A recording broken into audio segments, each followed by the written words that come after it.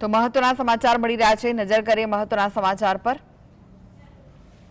સૌરાષ્ટ્રમાં સાર્વત્રિક મેઘમહેર જોવા મળી રહી છે। હવામાન વિભાગે સૌરાષ્ટ્રમાં પણ વરસાદની આગાહી વ્યક્ત કરી છે, ત્યારે સાર્વત્રિક મેઘમહેર જોવા મળી। ગીર સોમનાથ જિલ્લામાં આબ ફાટ્યાનો માહોલ છે। 8 ઇંચ જેટલો વરસાદ વરસ્યો છે। સૂત્રાપાડામાં 24 કલાકમાં સૌથી વધુ 8 ઇંચ વરસાદ થયો છે। નીચાણવાળા ગ્રામ્ય વિસ્તારોમાં જળબંબાકારની સ્થિતિ સર્જાઈ છે। તો ગીર સોમનાથના પાટણ વેરાવળમાં પણ 4.5 ઇંચ વરસાદ વરસ્યો છે। ભારે વરસાદના કારણે જનજીવન પણ પ્રભાવિત થયું છે।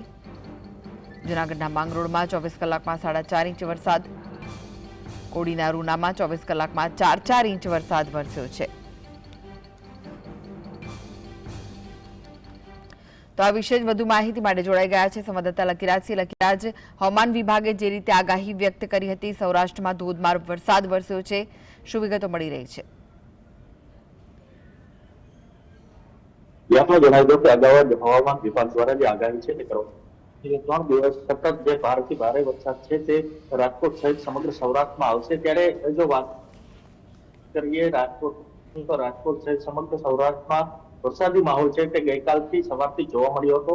જે ગઈકાલે સવારથી જે વાદળા છે તે બંધાયા હતા, વાદળછાયું વાતાવરણ હતું ને અચાનક એકાએક રાત્રે દરમિયાન જે વરસાદ છે તેની શરૂઆત થઈ ચૂકી હતી ને તેના કારણે ક્યાંક ને ક્યાંક જે કહી શકાય કે નવરાત્રીનો માહોલ હોય અને ખેલૈયાઓને ક્યાંક ને ક્યાંક તકલીફ પડી હતી। જો વાત કરવામાં આવે સૌરાષ્ટ્રની તો સૌરાષ્ટ્રમાં સૌથી વધુ વરસાદ છે તે 24 કલાકમાં સૂત્રાપાડામાં પડ્યો છે અને તેના કારણે ક્યાંક ને ક્યાંક નીચાણવાળા વિસ્તારોને ખાલી કરવાની જે જિલ્લા વહીવટી તંત્ર દ્વારા જે સૂચના છે તે જાહેર કરવામાં આવી છે। તો બીજી તરફ જૂનાગઢ જે માંગરોળ ઉના સહિતના જે કોડીનાર સહિતનો જે વિસ્તાર છે કે ત્યાં પણ જે 4.5 થી 5 ઇંચ જેટલો વરસાદ છે તે વરસ્યો છે। તો આજે પણ જે હવામાન વિભાગ દ્વારા જે એલર્ટ છે તે જાહેર કરવામાં આવ્યું છે। માછીમારોને ક્યાંક ને ક્યાંક દરિયાઈ કિનારે આવેલા વિસ્તારમાં જે દરિયો ન ખેડવા જે સૂચના છે તે જાહેર કરવામાં આવી છે। તો બીજી તરફ રાજકોટ સહિત સમગ્ર સૌરાષ્ટ્રના જે નીચાણવાળા વિસ્તારો છે ત્યાં જે વહીવટી તંત્ર દ્વારા જે એલર્ટ છે તે ગોઠવી દેવામાં આવ્યું છે અને એનડીઆરએફ એસડીઆરએફ સહિતની જે ટીમો છે તેમને પણ હાઈ એલર્ટમાં મૂકી દેવામાં આવી છે। એટલે ચોક્કસપણે કહી શકાય કે આજે પણ જે વરસાદ આવશે તેવી હવામાન વિભાગ દ્વારા જે સૂચના છે તે જાહેર કરવામાં આવી છે। એટલે ચોક્કસપણે જે ગઈકાલ રાતથી જે વરસાદ છે તેની શરૂઆત થઈ ચૂકી છે રાજકોટમાં। તો બીજી તરફ જે સૌરાષ્ટ્રની વાત કરવામાં આવે તો સૌરાષ્ટ્રમાં પણ 2 દિવસથી આજે વરસાદી માહોલ છે તે જોવા મળી રહ્યો છે। જી લકીરાજ, ભારે વરસાદના કારણે જનજીવન કેટલું પ્રભાવિત થયું છે? જી ચોક્કસપણે આપણે જણાવી દઉં કે હાલ તો નવરાત્રીનો માહોલ છે અને રાજકોટની વાત કરવામાં આવે તો રાજકોટની રંગીલી પ્રજા ક્યાંક ને ક્યાંક જે આગવી ઓળખ ધરાવે છે।